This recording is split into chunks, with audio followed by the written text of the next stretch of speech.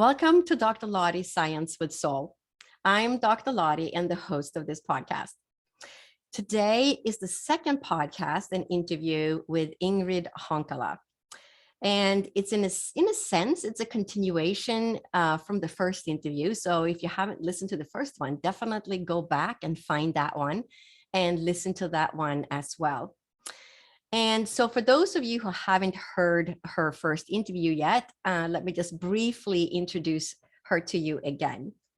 So Ingrid Honkala PhD became aware of other life dimensions from her near-death experience at the age of 2 and was gifted with a wise input of beings of light. This helped her face the challenges of growing up in her native country, Colombia, and finding her destiny as a scientist and a giver of light. Her worldwide oceanographic surveys and her love for travel have brought her to visit 56 countries. And throughout her journey, she faced deadly war zones, underwater explorations, and time at NASA's research center. She learned any human experience can be illuminated from within.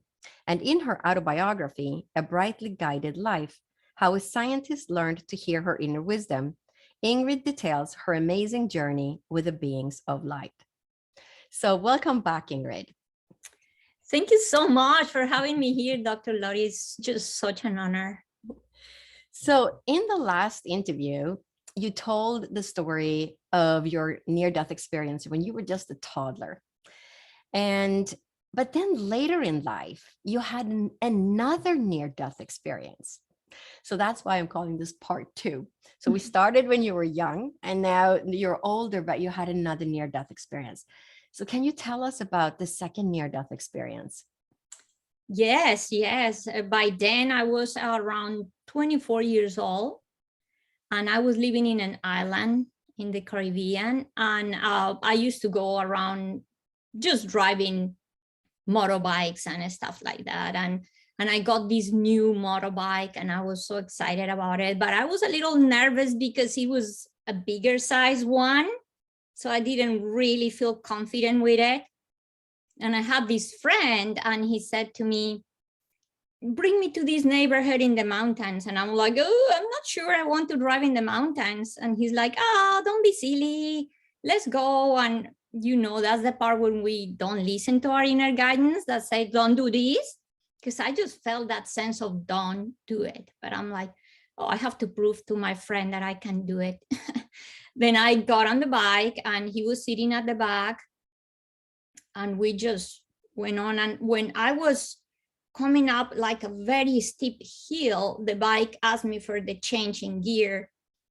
And I don't know, I felt the sense of like being so nervous. And then when I went to change gear, I don't even know what happened, Dr. Lottie. From there, now I was in the ground. It was like the bike did this jump and we fell. And, you know, like at that, sometimes we do things and being young and being silly, I wasn't wearing a helmet. So when I fell, like the thing that hit the ground was my head.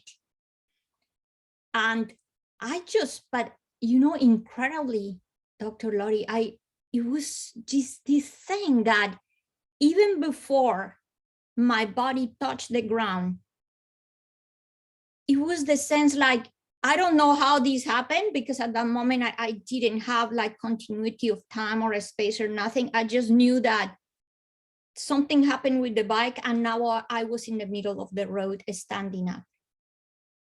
And I'm standing up in the middle of the road and it was the sense that there was no fear, there was no pain, there was no emotion whatsoever.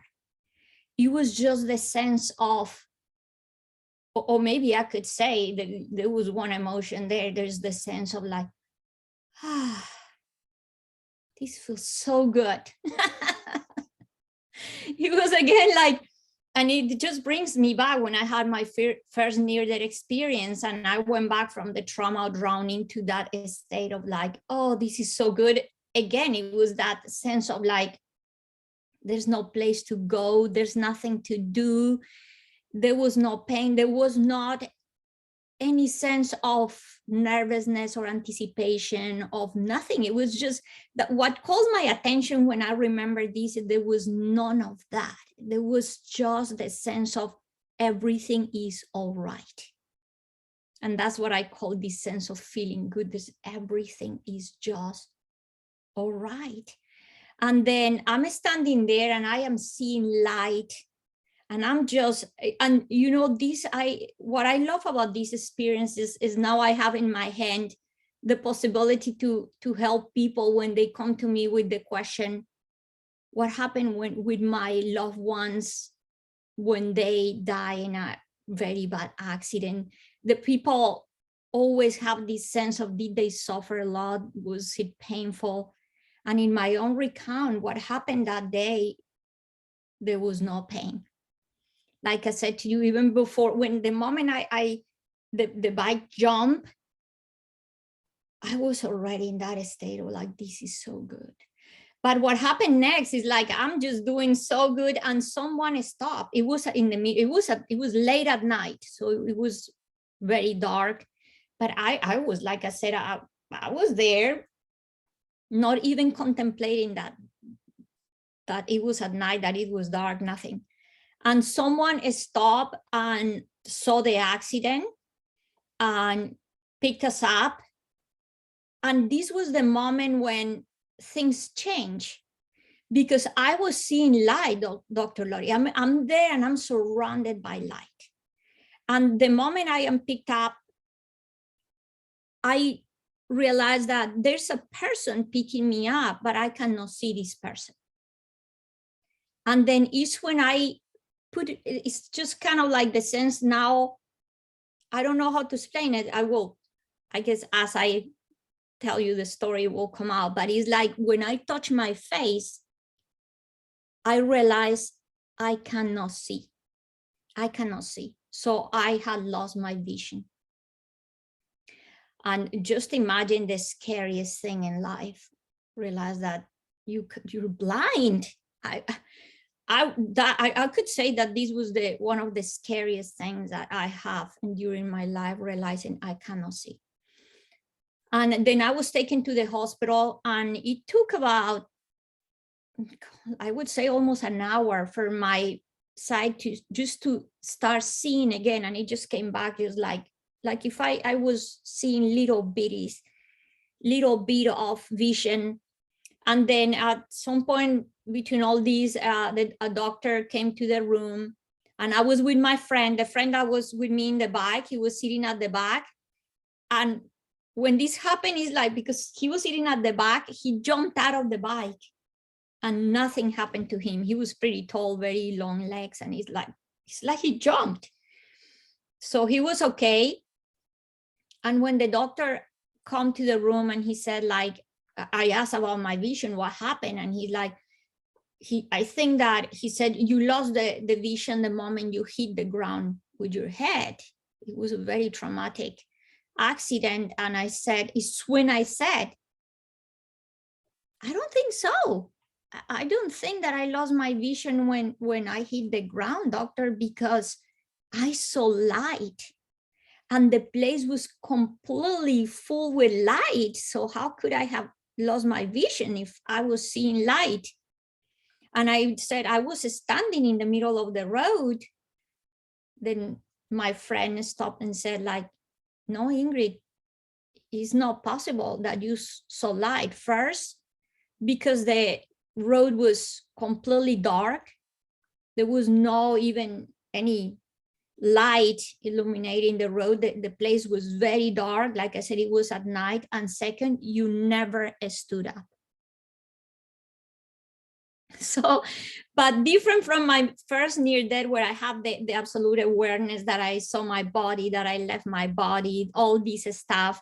In this one, I did not have that awareness. Like it was when he said, what? I never stood up. And it's when I had just that knowing, oh, again, like happened in my first near death, I was out of my body. So that's just amazing. Yeah. And so what happened? Did you have a concussion or? Oh yes. Oh my God. It was a really bad head. And because I hit this side of my head, then the bruising came down, and after that I had the raccoon eyes for a while, and it was a really bad accident. It took a while to recover from this accident, but the incredible thing is that, Dr. Lori, that it was that knowing that when we face a situation that is so dramatic, like an accident like this, even before, like I said to you, I hit the ground, because I didn't feel pain. That was amazing. I'm standing in the middle of the road with no pain, no fear, no emotion like that whatsoever. And then, incredibly, talking with my mom about this later in life, she said that something similar happened to her. She was in a car accident, really bad one.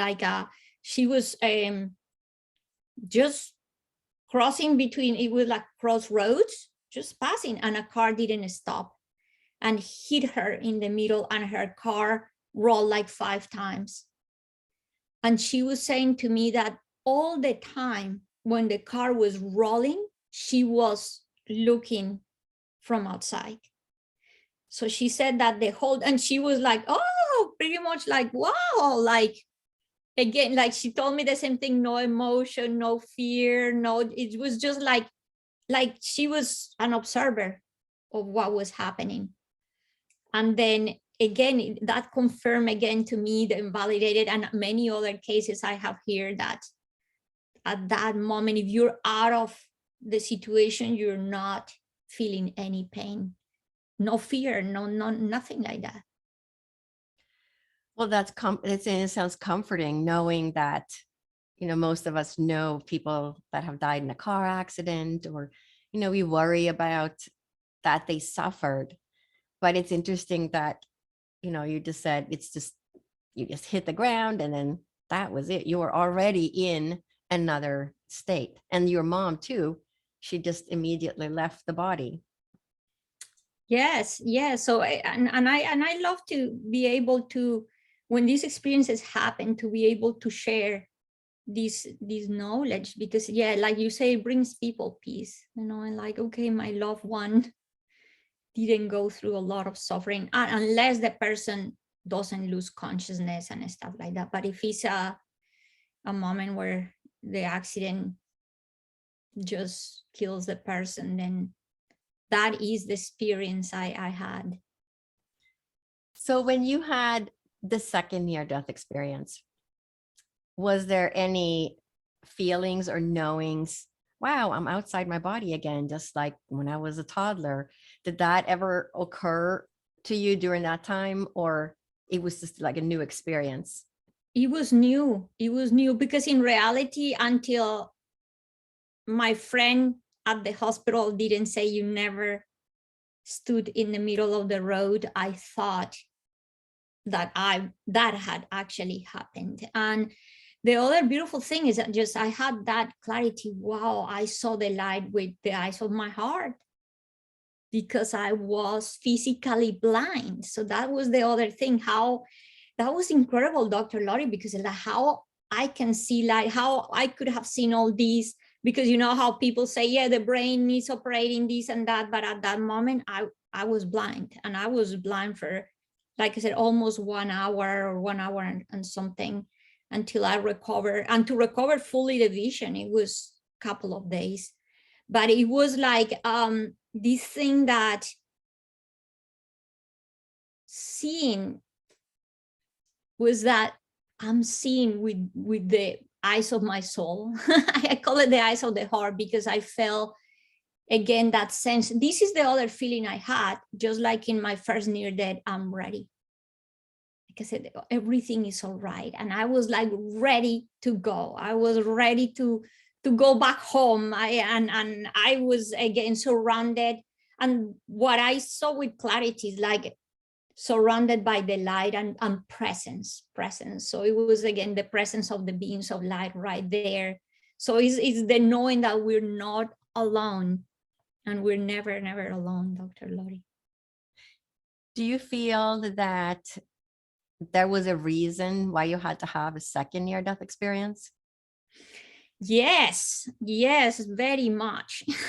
Because when I was about 19 years old, like my first near death happened when I was close to 3.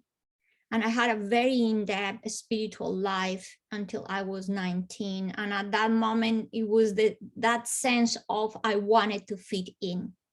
I wanted to belong. I felt so different from everybody else that it was the sense of like, I just want to be like everyone else. So say after that, for 20 years pretty much, at that moment was, I was 19, this was happened like at 24. I became very distracted for a while. And that was a moment in which it was go back and change your focus of attention. So it was, I would just say it was kind of like, come on, Ingrid, you are disaligned. You lost your focus of attention. And at that moment, I regained a little bit my focus of attention. I was at the moment living in this island, working in a big project with mangroves. And that was the moment where I made the decision, I cannot stay in this island, or I would have stayed. It was that sense of like, I need to change. I need to get out of here. A lot of sufferings in those few years had happened. And this is a time to move on. It was like life was shaking me. And then I made the decision to go to Europe. And I needed to learn languages, and I wanted to do other things. And this brought me to meet other people and to kind of rejoin a little bit the spiritual path again. And later I got lost again. So, and many more things had to happen to every time. And that's when people ask me or talk to me about suffering. Why do we suffer? And I said, because sometimes I say we were sitting in the couch, so comfortable. Oh, then why do we need anything else? Then we're just stuck, we're just there. And then at that moment, it's like the bell and the door is going to ring. Oh, I have to move. And if we are super too comfortable, don't even want to move, then a flood will come or a hurricane will come, or so it's what I call big challenges will come and shake you out for you to move out of the couch. And that means that these challenges are, what is the purpose of all these? Bring us to look deep within, because we get distracted with the outer reality and lose focus. You have to go back and get in touch with that inner wisdom, with that nature, the true nature that you are. And that's the true calling. Go back, Ingrid, go back. All of us, go back. You're distracted. So when you saw that white light, what do you think that is? Is that God or divine source, or how do you interpret that?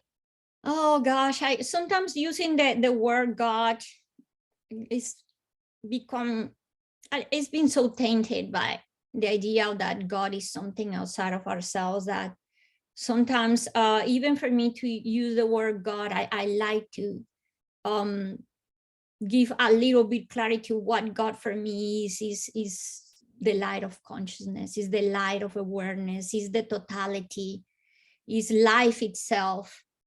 So yes, what I saw and what is been present throughout my whole life is just that reminder, because that's how I saw myself in my first near death, as a being of light. Is again that reminder, you are the light. And you know, Dr. Lori, something really interesting. When I had my first near death experience, as I told the story, the moment in which after, or how to say this, when I drowned, the tank was very dark. And the last thing I saw with my eyes open was the darkness of the space. I just don't want to tell the whole story, but it was the darkness of the space.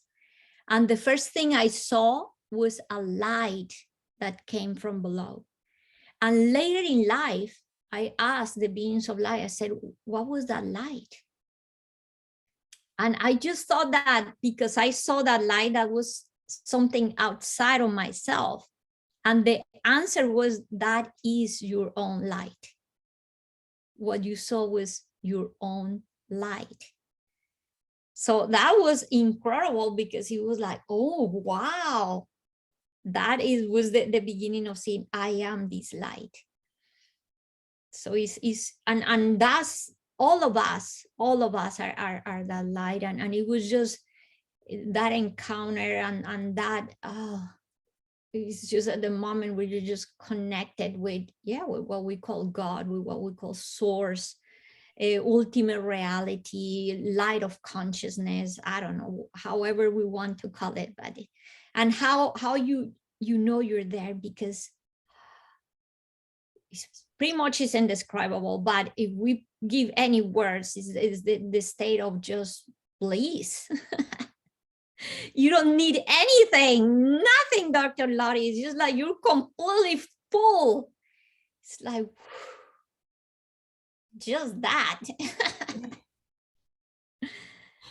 And you talk a lot about the beings of light. Who are the beings of light? Are they part of our realm here on Earth, or are they from the light, or are they from another planet, or who are the beings? Do you know? Yes, they are pretty much here with all of us all the time. And again, is all of us are light.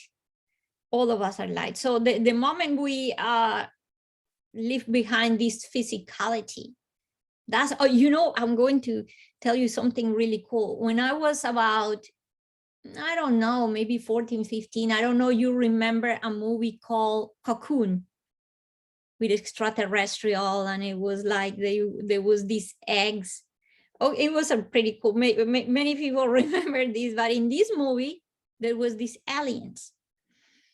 And I'm watching this movie with my sisters, and the aliens say that they have the human body as a costume to say something. So they look like human, but then at some point, this alien is revealing his identity to another person. Or it's, I don't know if it was between them, I don't know. But the alien at some point opened the skin, rip apart the skin. And what was behind the skin was light. So the moment the alien is doing this and is ripping the chest open and just light is coming out, I look at my sisters and I'm like, oh, that's what we are. We are light. Of course, they look at me like, what are you talking about? And I was like, whoa, how is this possible? This movie is showing this. So once we leave this human body, but like we talked last time, it all depends of our state of consciousness. If we are still too lost in the idea that we are the physical body, even when we died, we're going to keep the appearance that we are human. See, because that's the power of the mind. These beings of light are beings that already realize that they are the light and they are not attached to this physical reality. So they don't need a form to exist. That's why for me, since I've been seeing the beings of light since I was little, it was that clarity, one, that names were not needed. And two, that I really, the moment that the very first being of light appeared to me, I saw many, but the very first time this being of light shaped itself in a human form and touched me, and I said, you are a being of light. And I realized I am a being of light. So it's like, we are the same. So it showed me a shape so I could relate, oh, we are the same. And then after that, I really never needed to see them again as human appearance or shape as human. And I would just, every time I was even gathering with many beings of light, or later as I can see them around, I really never need to see any shape. And I could be with many, Dr. Lori, and incredibly, although there's no physical appearance, there's no voice, there's no mouth moving, because now when we're talking to someone, what do we guide ourselves? Our senses. Oh, the sound come from here. Oh, this is moving his mouth. See? Here it didn't matter. It could be a being of light talking, and it could be a gathering of many. And they will different talk, and I knew who was talking. So this is something incredible. And yeah, who they are, when I asked in my life a few times when I was little, I asked, are you angels? And they say, we are what you want us to be. And later in life, when I say, are you ascended masters? Again, they said, in the core, we're all the same. The difference is the level of experience and evolution. And what is this evolution? How aware you are of your true nature. So the more you realize who you truly are, the more you peel the layers and go back to the core of that you are, discover I am that being of light. So imagine it's like you have a costume, or say that you're wearing many layers of clothing. And the more you take these layers off, the more you peel those layers, the more you shine that light. And that was amazing, because I always like to keep this cloth here. Actually, I love this analogy. The beings of light showed to me, imagine that there's a light bulb, and you are that light bulb. You are that light. But first, we come here to this world with a layer of physicalities covering, but in reality, even here, Dr. Lori, when you are in touch with your inner being, you radiate that light. It's these people that you say, oh my God, that person has such a light. It doesn't matter, it comes through. But say you come here, you're this baby. That's why babies are like, I want to grab that baby, because they are that light. But because all the conditionings and all the teachings and all the beliefs and culture and all the stuff, I said to people, we get a layer. It's like a lamp. If I have that lamp back there and I have that shade, guess what now? I cannot see that light. And the more layers and more layers and more layers I put, there's a moment in which you cannot see your light anymore. See, and if you have a voice, you cannot hear that voice because it's just layer. And if you wanted to hear, you cannot hear, because if you are under tons of layers, how can you hear? So your possibility to listen, to speak your voice, to shine your light is being covered. So little by little, as we start waking up, life is shaking us, sufferings come, a sickness come, whatever come to force us to stop. What is it doing? Creating a pause. And when you pause, you create a space. And when you create a space, you have a moment to listen, to reconnect with inner wisdom, to breathe deep and say, oh my, I am more than this. Oh God, there's more. There's more than this physicality. There's more than this car, than this house, than this thing. What did you do? You peel a layer. And little by little, you peel these layers and peel these layers. And a being of light is a being that already peeled all these layers. So he doesn't need the physicality anymore to shine or to be, pretty much to be and shine that light, because you already realize I am the light.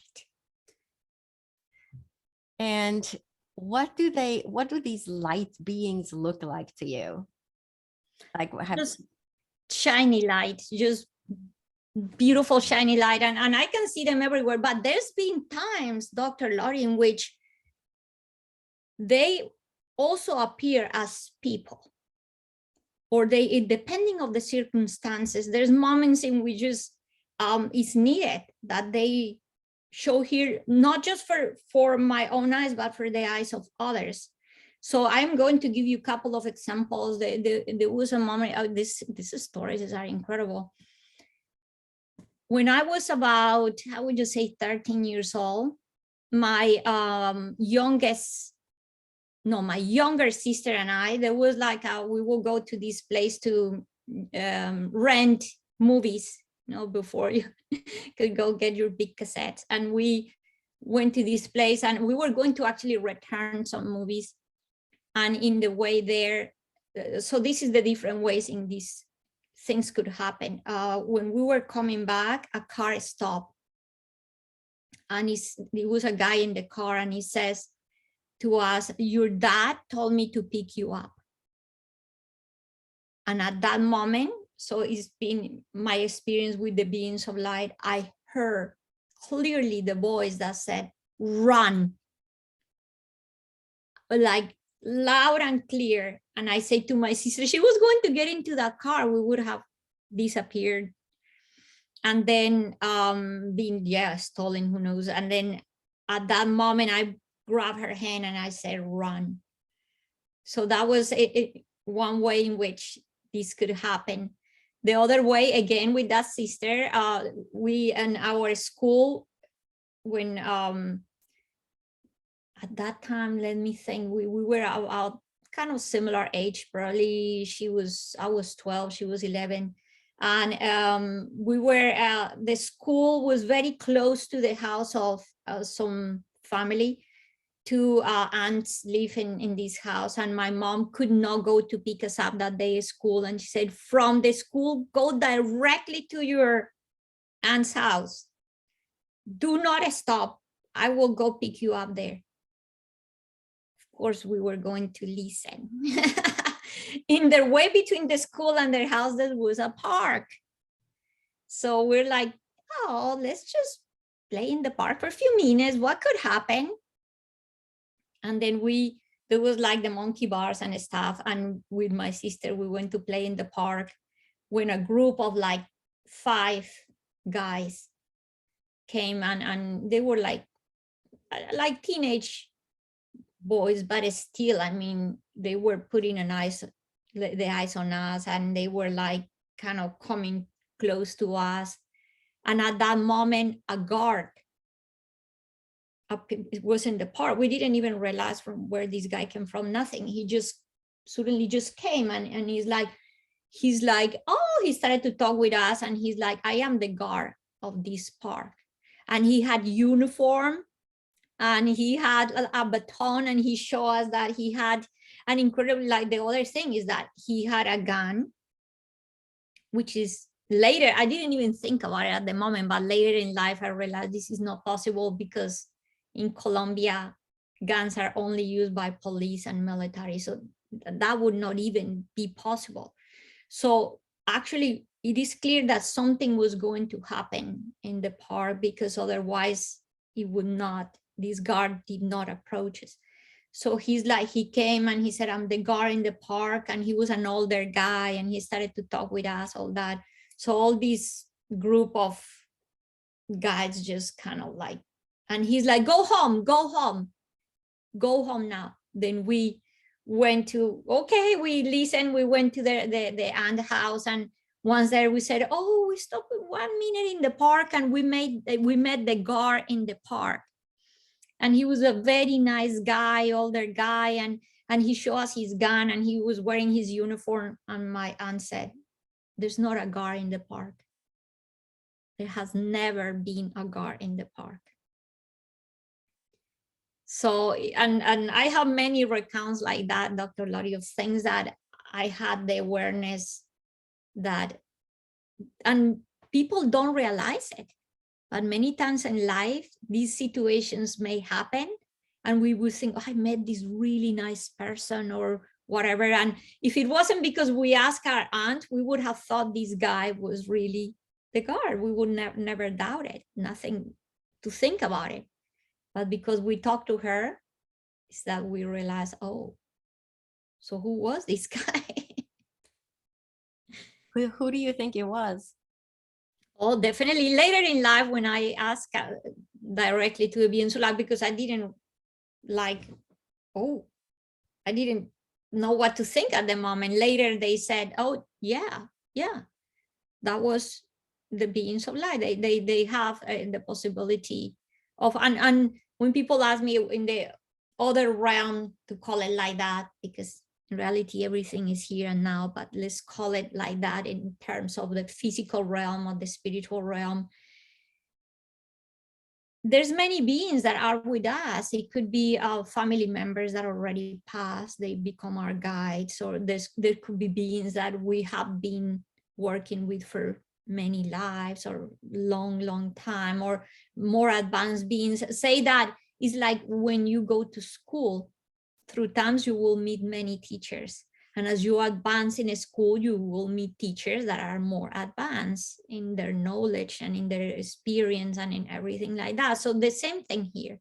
So as we are advancing our, in knowing ourselves, in our spiritual knowledge, and the more we get in touch with the truth that we are, then we're having different teachers that are going to bring us closer to that truth. Yeah, it's just fascinating, isn't it? And many times when we share our near-death experiences, people are fascinated by the stories and the after effects that happen to many of us. And many times people tell me, oh, I wish I had had a near-death experience. And my thought is always, no, you don't, because there's so much, there's pain and suffering and PTSD and, a lot of trauma that happens around. That's why you had a near-death experience. But people tend to forget about that part because we're so fascinated about hearing about, oh, you left your body and what was it like? And we want to be ensured that, that death is not real and we do have eternal life, and that our family and ancestors are okay and on the other side. So what are the different things that you struggled with, for example, after your near-death experiences? I know that you mentioned when you were a child, you never felt like you fit in. You knew that you were different. What other things were just different for you because of these near-death experiences? Everything, Dr. Lori. It was really hard.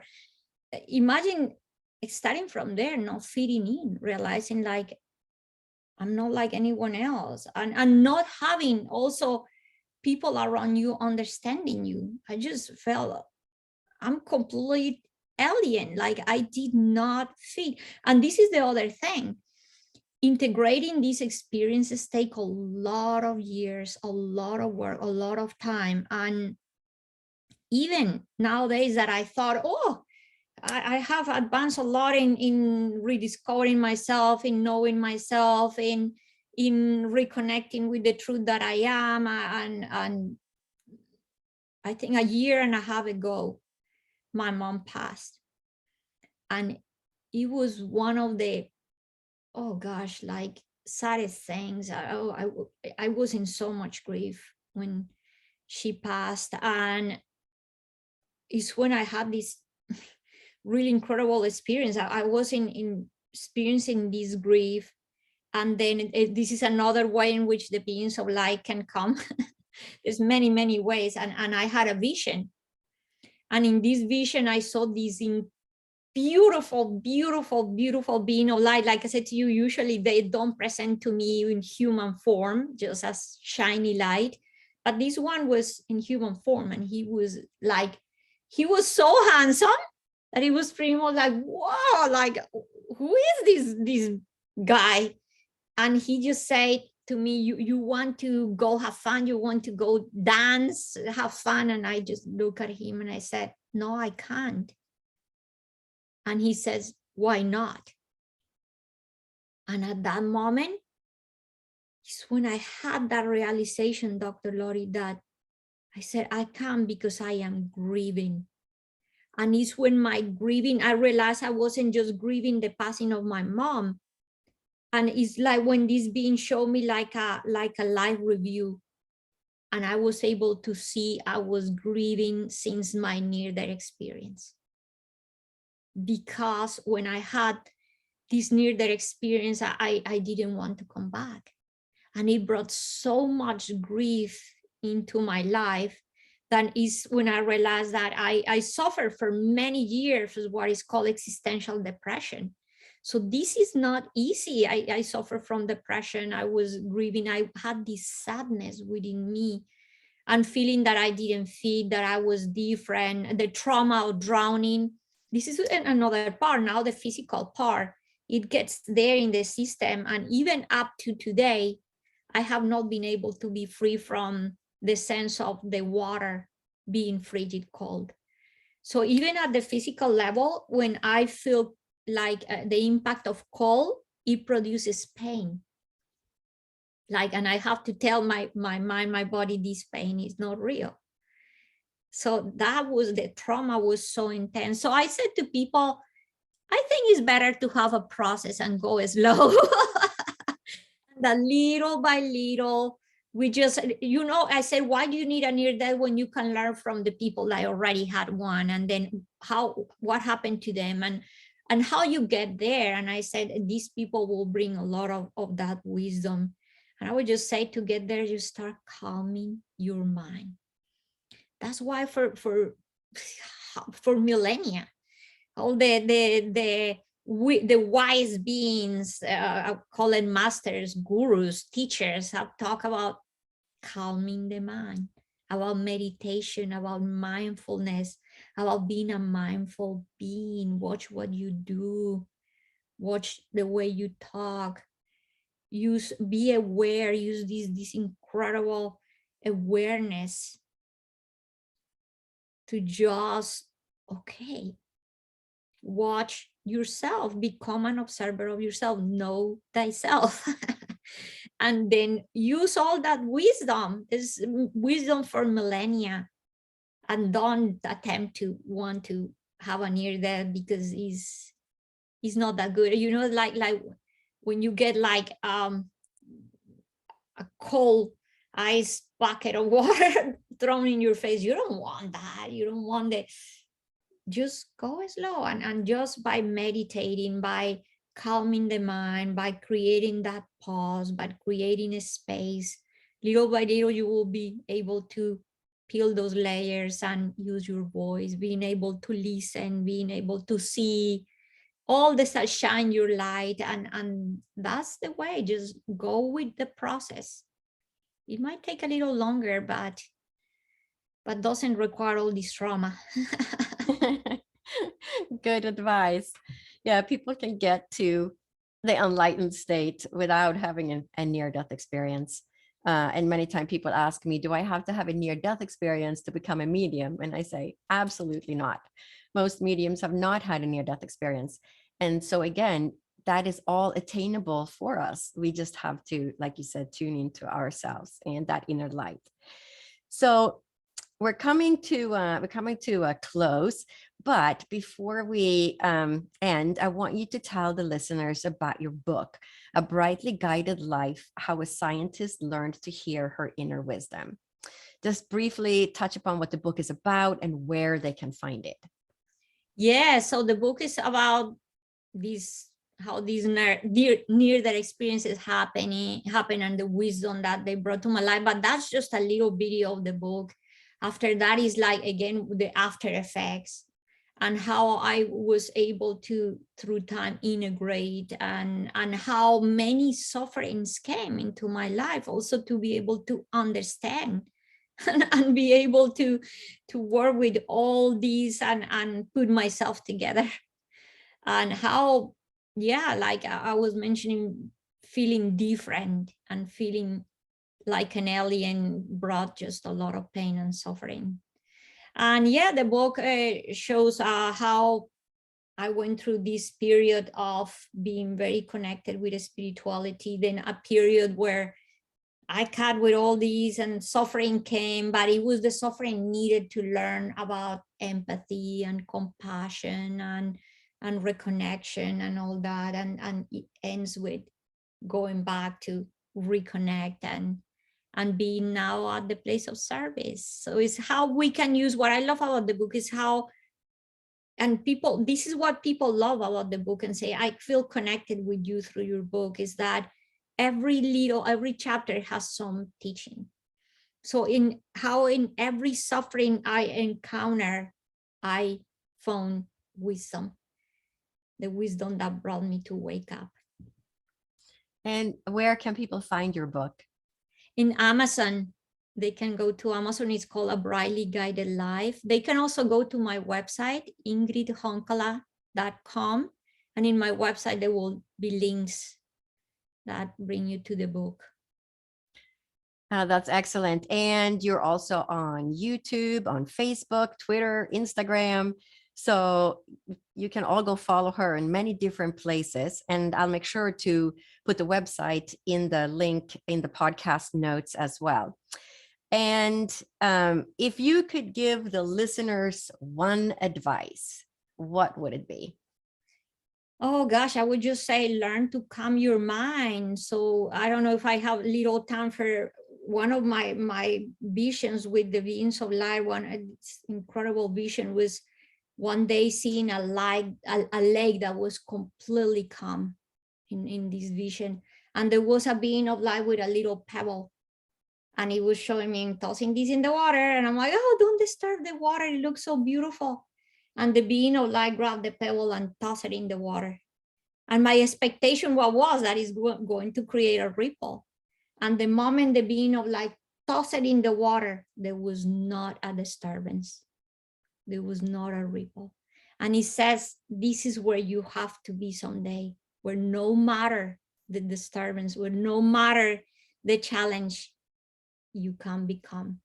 And he said, what do you think that the beings of the human beings are made of 70% of water? So the teaching was learn to keep your inner water calm. So I said, people, so I use it as a mantra. I am in the line, I am in a bank, and something happened. Ingrid, keep your inner water calm. So invite that calmness in your life. Give yourself the possibility to pause, to rest in that space, and just feel yourself with that space. And that would just bring you to reconnect, to know what to do. It brings you to that place of wisdom and clarity. That's just beautiful advice. That's beautiful. So I want to thank you so much, Ingrid, for coming back and being a guest on the podcast again and just sharing your journey with all the listeners.